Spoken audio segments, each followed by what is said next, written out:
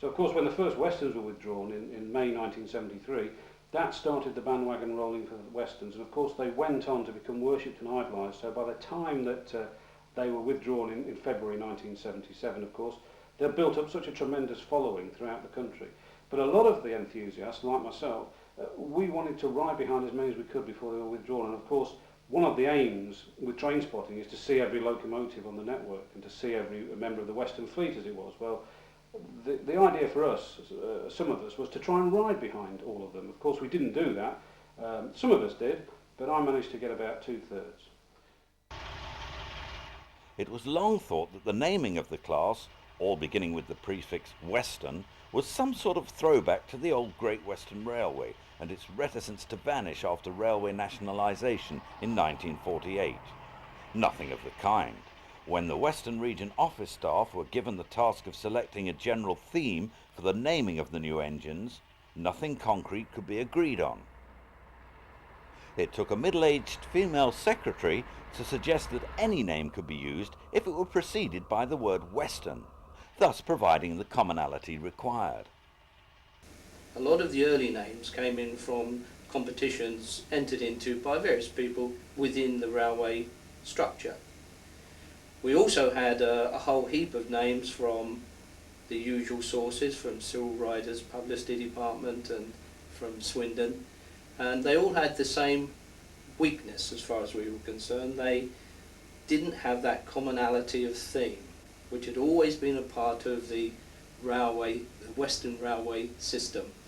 So they kept getting rejected. No one could see, how could we put all these together? What sort of class would this be? It's not a castle, it's not a king, it's not a manor, what would it be? So we used to get these names, and in the office where I worked, there were only 4 people. Fred Richins was the head of section, there was myself, Fred Pugh, and a very senior typist. And we used to sit there looking at these sets of names and pummeling our heads and thinking, well, what are we going to do with these? We had to put recommendations to the board. And they did have recommendations to start with which were not acceptable. So it was during these sort of sessions that when we were saying, well, what on earth can we do about it? And it's a very small office, it was about as big as this room really, so everyone could hear what was going on. And we were getting to the end of our tether really when Mary Weller just happened to say, well, why don't you put Western in front of each of those names? I thought, my goodness, what a clever idea. And that's what we did. And it was as simple as that. The Westerns spent their entire working lives hauling trains on the Western region of British Railways, and there was no better place to see the whole class working than Paddington Station in London.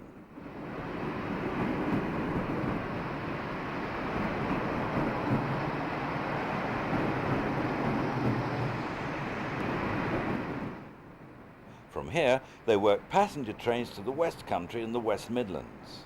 Here are some comings and goings from this former Great Western terminus.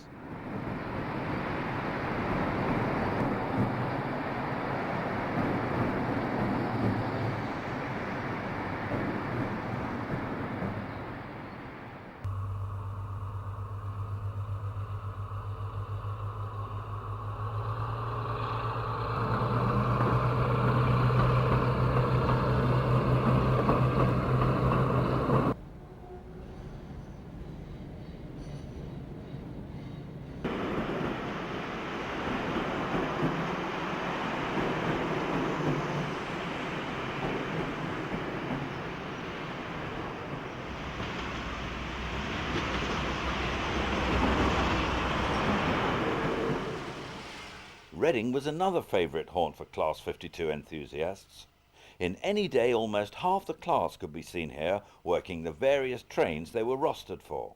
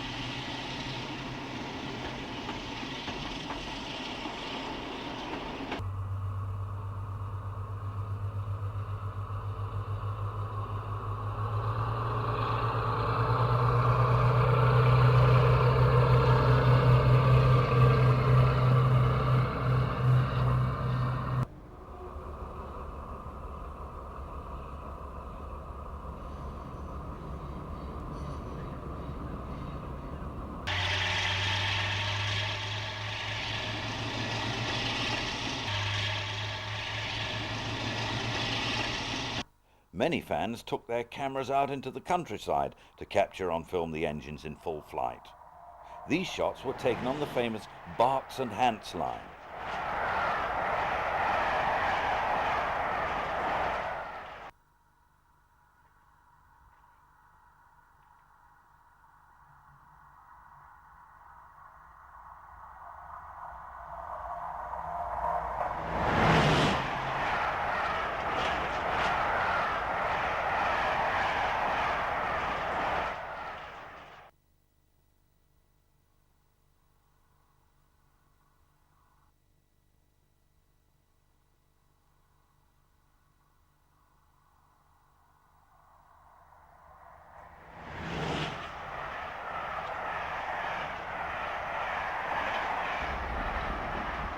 The engines were equally at home on passenger as well as freight trains, but most were employed on passenger workings.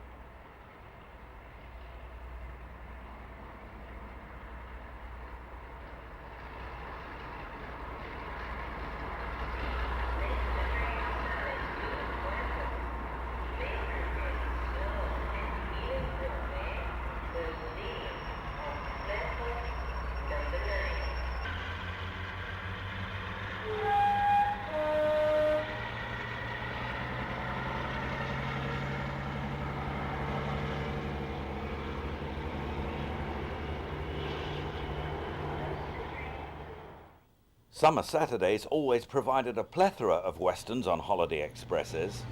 The line west of Exeter was always a favourite location for enthusiasts to view and photograph the class at work.